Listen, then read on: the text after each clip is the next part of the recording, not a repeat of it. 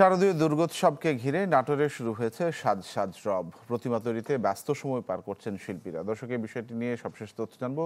দেবাশিস কুমার সরকার আমার সঙ্গে যুক্ত হয়েছেন। দেবাশিস, প্রতিমা তৈরির কাজ কত দূর এগোলো, সব মিলিয়ে সার্বিক পরিস্থিতি কেমন?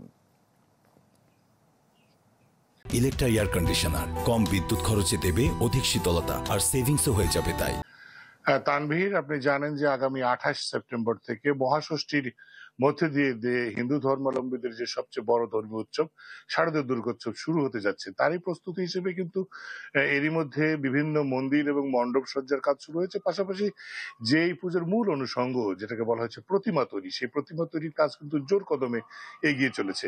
যেহেতু হাতে আর 15 দিন সময় রয়েছে, এই স্বল্প সময়ের মধ্যেই সব কাজ শেষ করার প্রস্তুতি তারা গ্রহণ করেছেন। আর 2-1 দিনের মধ্যেই এই প্রতিমাগুলোতে রং তুলির আঁচড় পড়বে। তার আগের যে শেষ মুহূর্তের পরিচর্যা, সেই পরিচর্যাগুলো সেরে দিচ্ছেন যারা প্রতিমা কারিগর রয়েছেন তারা।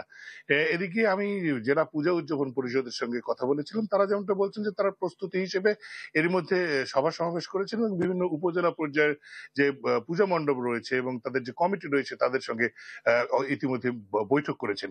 এবং তারা যেটা বলছেন যে গত বছর একটি সরকার পরিবর্তনের পর যে পরিবর্তিত পরিস্থিতিতে নাটোর জেলায় কিন্তু বেশ কিছু পুজো কম হয়েছিল। গত বছর 350 পূজা মণ্ডপে পূজা হয়। 2023 সালে যে পূজা হয়েছিল প্রায় 385টি মন্দিরে। তো গত বছর সেটা কমে এসেছিল, এবছর আরো বৃদ্ধি পাবে, গত বছরের চেয়ে বৃদ্ধি পাবে। এবং এরই মধ্যে পূজা উদযাপন পরিষদ যেটা জানিয়েছে যে 370টির মতো মন্দিরে পূজা হওয়ার যে খবর তারা ইতিমধ্যে পেয়েছেন এবং আরো কিছু বাড়তে পারে বলে তারা জানিয়েছেন।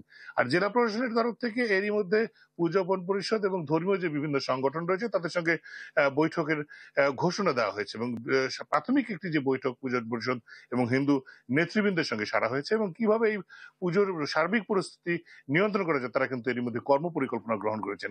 আইন শৃঙ্খলা পরিস্থিতি নিয়ন্ত্রণ থেকে সবকিছু মিলিয়ে একটা উৎসবের যে আমেজ সেটাকে যাতে সুষ্ঠু এবং সুন্দরভাবে উদযাপন করা যায় তার জন্য সকল ধরনের প্রক্রিয়া ইতিমধ্যে জেলা প্রশাসনের তরফ থেকে এবং পুলিশ প্রশাসনের পক্ষ থেকে সম্পন্ন করা হয়েছে।